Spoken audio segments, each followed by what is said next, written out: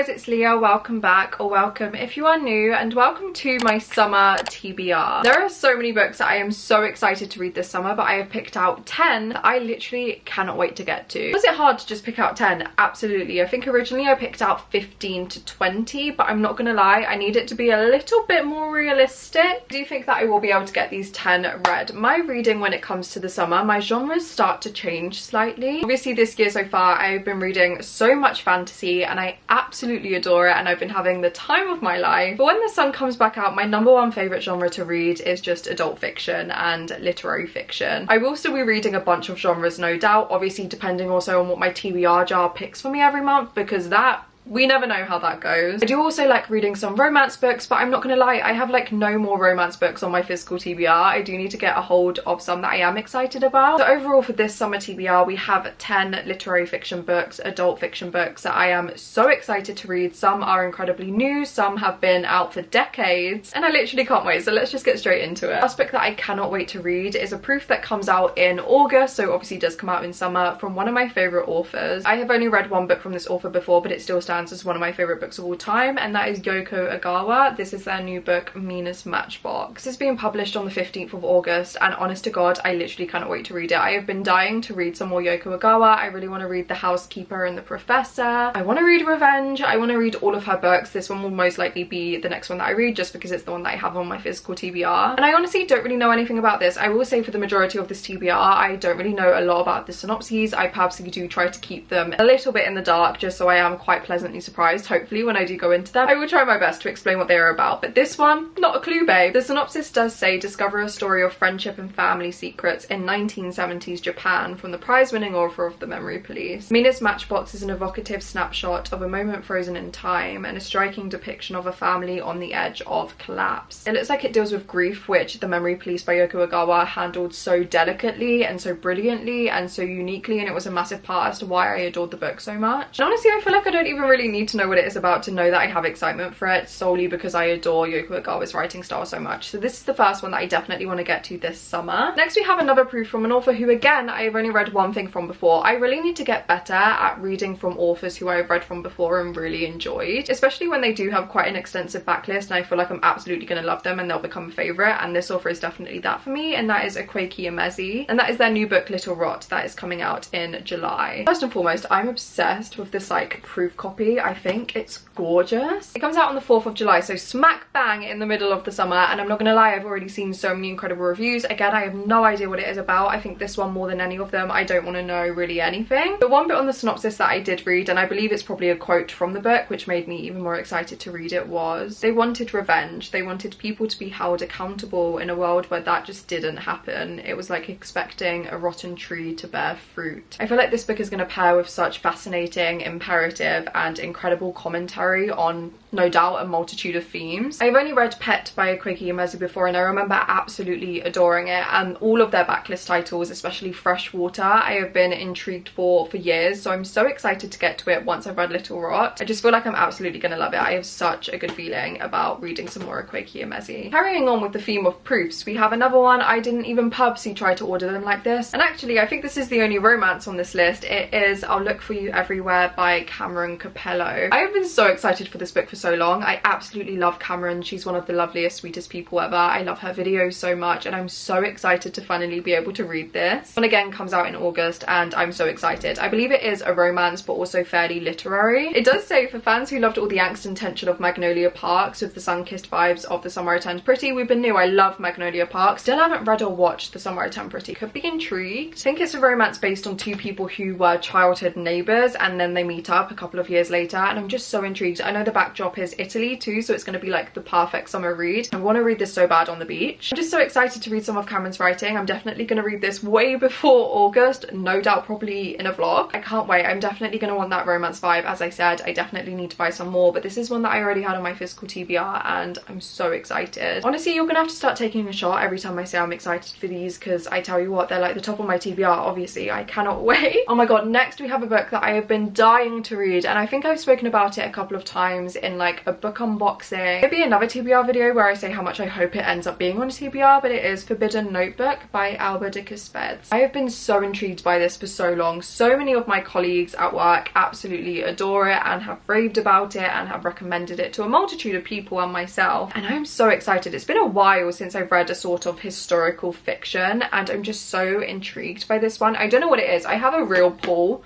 towards this book. You're essentially following a housewife in 1950s Rome and her diary, and just her diary entries every day. I can only imagine what they're going to be about. No doubt about family and perhaps freedom and wanting to live your life, I can imagine, and I'm just so intrigued by it. Again, not only historical fiction, but it's been a while since I have read a book solely told through the form of diary entries, where they are literally like, it's not chapters, it's just dated per diary entry. I adore that narrative style so much and how it really just does give insight into our protagonist and obviously their actual thoughts, and I love it. I feel like I'm absolutely going to adore this. If you need a little bit more convincing, on the back it says, written with captivating immediacy, Forbidden Notebook is a rediscovered jewel of Italian literature. Daringly powerful story of one woman's discovery of her own voice. I feel like it's going to be incredibly moving. Might I cry?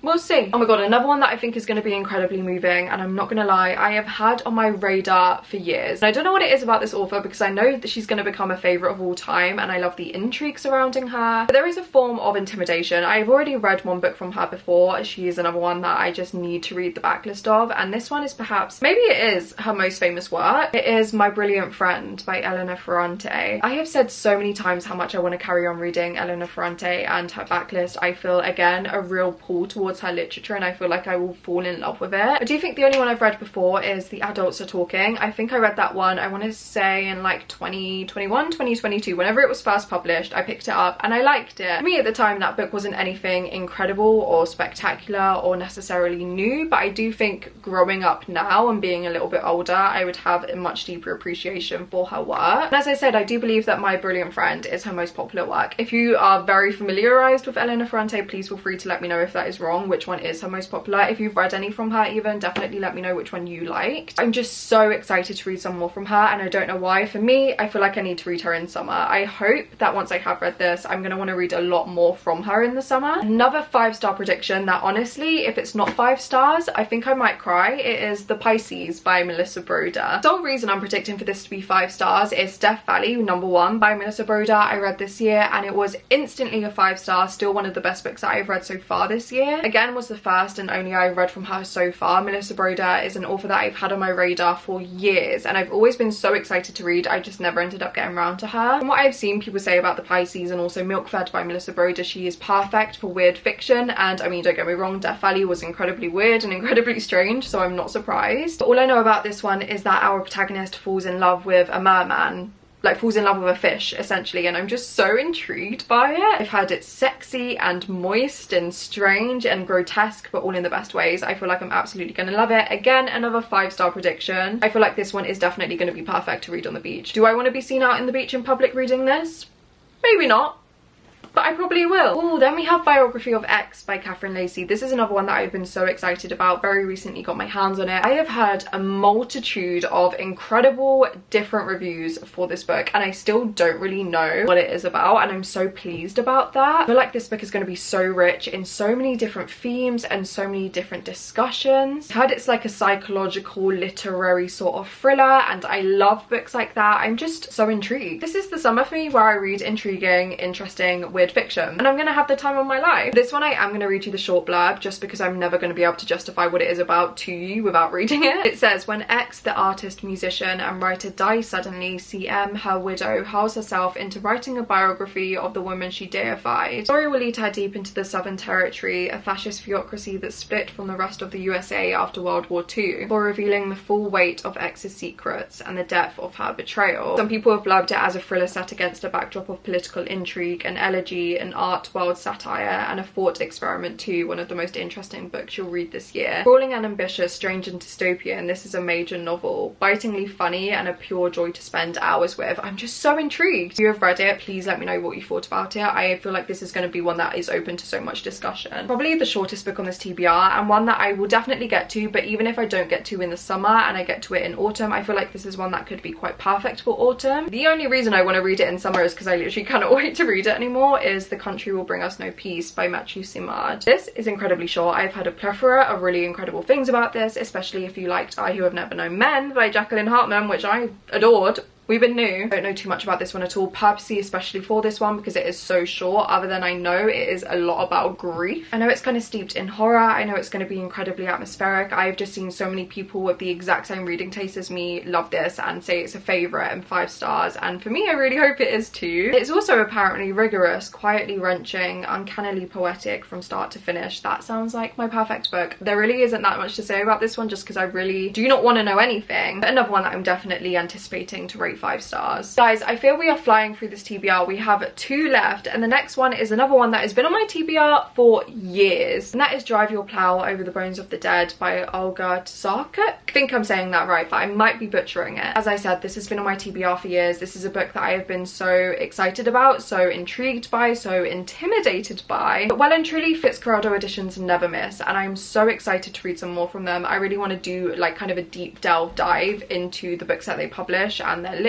I feel like potentially 9 times out of 10 they might become my favourites. I've seen so many fascinating, incredible reviews for this book, and so many people again who have the same reading taste as me love it. So I feel like I'm gonna love it. And shockingly, to my surprise and perhaps yours too, even though I've seen so many people talk about this, I know nothing other than what it literally says on the back. By no means a conventional crime story, this existential thriller by the Nobel Prize in Literature laureate offers thought-provoking ideas on our perceptions of madness, injustice against marginalised people, animal rights, the hypocrisy of traditional religion, belief in predestination, and caused a genuine political uproar in Poland. I am just so ready to be moved by this book. Maybe now's finally the time. Maybe it is the summer where I finally read this book. Again, if you've read it, please convince me to, because I feel like it is one that I might put off a bit longer. And the last book that I have on my summer TBR is Mongrel by Hanako Footman. I've been so excited about this for so long. I feel like this is going to be a really moving piece of literature where I might cry.